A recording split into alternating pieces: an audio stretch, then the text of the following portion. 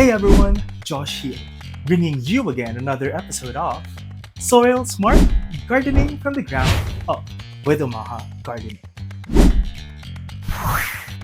In our last episode, we talked about how soils are formed through five CLORPT factors: climate, organisms, relief, parent material, and time. Remember? That's the long story of how rocks turn into soil.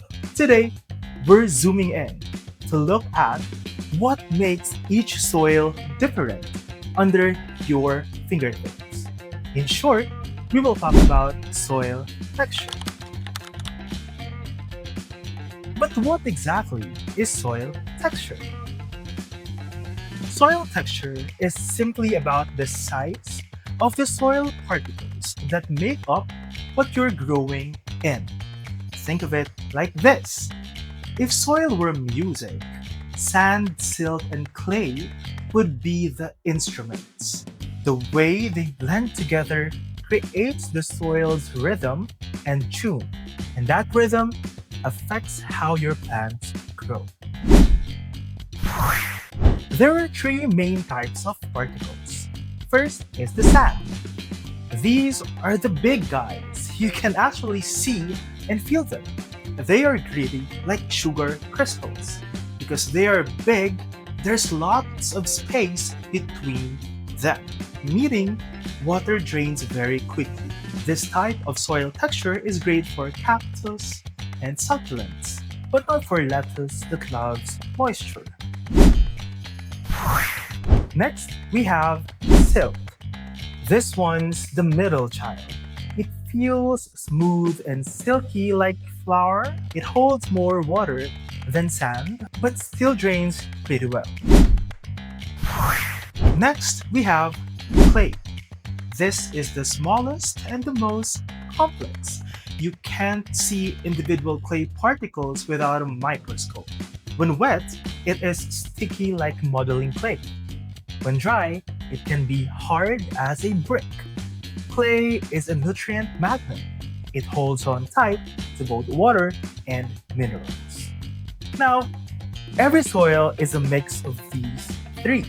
If you have a balanced blend, you've got what every gardener dreams of. That is loam soil, the Goldilocks of soils. Not too coarse, not too fine, just right. Now, let's get hands-on. Here's a super simple and fun experiment that you can do to see your soil's texture. Step 1. You can scoop up some soil from your garden. Avoid those big roots, stones, and the debris. Step 2. You need to fill a clear jar about halfway with soil. Step 3. Top it off with water and leave a little room at the top. Step 4. Tighten the lid and then shake it like you mean it. Shake for a minute or two until everything is mixed and murky. Then set it down and wait. Here's the science part. When you let it settle for a day or two, the particles separate by size. Sand, being the heaviest, sinks first. Silt settles next in the middle, and then clay takes the longest and forms the top layer. Once the water clears up, you'll literally see layers that tell you your soil's story. You can even measure the thickness of each layer and estimate percentages using the soil texture triangle, a cool tool soil scientists use to name texture, like sandy loam or clay loam.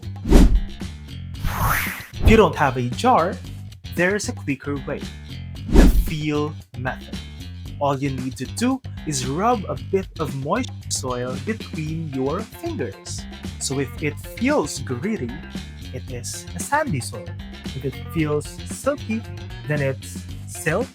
And if it feels sticky, then it is clay. It's not exact science, but it's surprisingly accurate once you practice. Now, let's talk about why soil texture matters. Texture isn't just a random detail, it affects everything. How water moves through the soil, how air reaches the roots, how nutrients stay available for plants. So let's break it down. For sandy soils, they drain fast, they warm up quickly, but dry out in a blink. These types of soils are great for drought-tolerant plants, but veggies, they need extra watering and nutrients. Next, we have the silty soils. These types of soils hold water well and have a pleasant feel, but can compact easily if stepped on or worked while wet. And lastly, we have clay soils. Clay soils hold lots of water and nutrients, but they can suffocate roots if they stay soggy for too long. When they dry, they crack and become tough to dig. Most gardeners would want a blend of these different soil types, like sandy clay loam or silty loam, and each has its own behavior.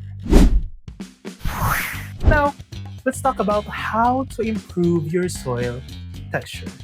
The magic ingredient? Organic matter. Compost, decomposed leaves, or aged manure can transform soil structure over time. When you add organic matter, let's say for example in clay soil, it helps break apart those dense clumps, improving aeration. In sandy soils, it acts like a sponge, holding onto water and nutrients. It is like giving your soil a gym membership. It gets stronger, healthier, and more balanced. You can also try cover cropping during off seasons using plants like ryegrass or clover because their roots naturally loosen the soil and add organic matter once they decompose. And please, avoid walking or tilling the soil when it's too wet. That is the fastest way to compact it and destroy all that fluffy structure you've worked hard to build.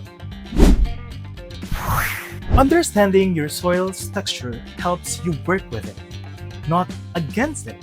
To water smarter, amend wisely, and choose plants that thrive in your specific conditions. In our next episode, we'll talk about something that builds on this: soil structure. How those sand, silt, and clay particles stick together to form aggregates, pores, and that lovely crumbly texture every gardener dreams of. So don't forget to like, subscribe, and share this with your fellow plant lovers. Until next time, this is Josh, reminding you to keep your soil alive and your garden growing. Again, this is Soil Smart, gardening from the ground up. And remember, if you grow it, you know it.